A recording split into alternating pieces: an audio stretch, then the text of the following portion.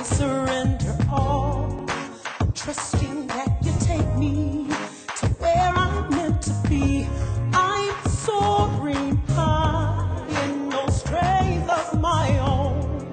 The breath of God, it's what keeps me strong.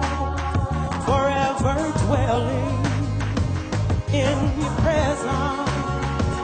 It's your love that sustains me. Carry me from day to day. Carry all my sins away. Just like a feather that's on the breath of God. Carry to my destiny.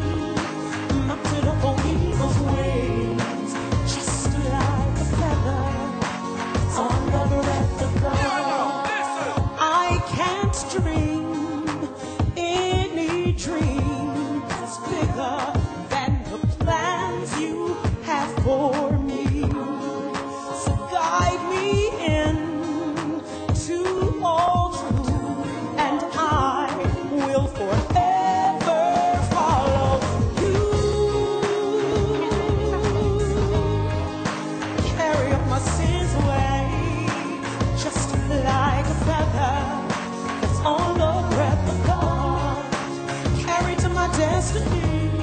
I'm mounted up on eagle's wings, just like a feather that's on the breath of God. So carry me from day to day. Carry all my sins away, just like a feather that's on the breath of God. Carry to my destiny. I'm mounted up on eagle's wings, just like a feather that's on the breath of God. Oh, oh, oh, oh, breath of God.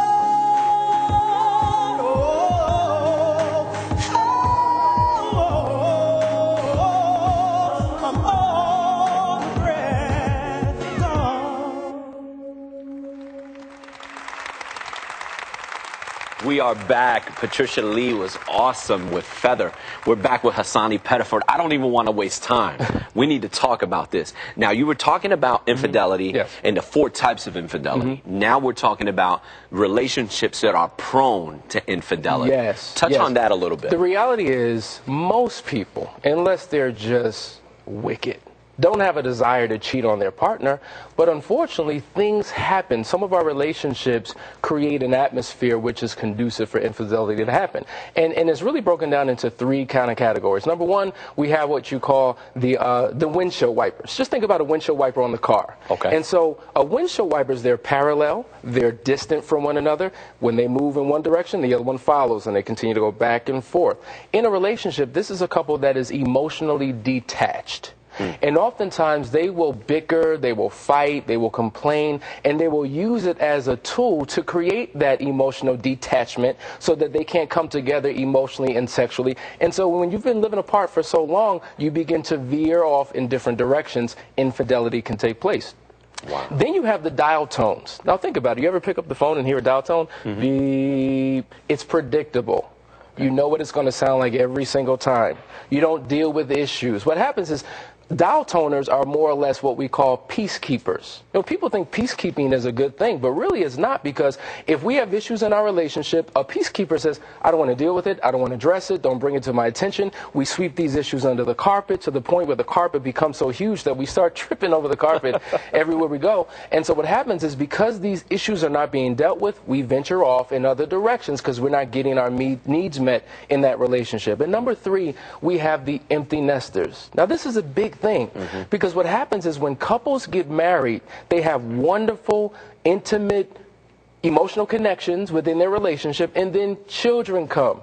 And when children come, we take off the husband hat and the wife hat and put on the mommy and daddy hat. And all of our attention, all of our resources, all of our focus goes into those children, to the point where we no longer operate as husband and wife, but we're mommy and daddy. To the point where couples now even call each other, hey mommy, hey daddy. Don't call me daddy. I am not your daddy, and you are not my mommy. So, but what happens is 18 years later, when the kids move out, there's no intimacy, there's no connection, and oftentimes these relationships suffer. The best gift that you can ever give to your child is the relationship that the parents have with one another, because children learn from observation and participation.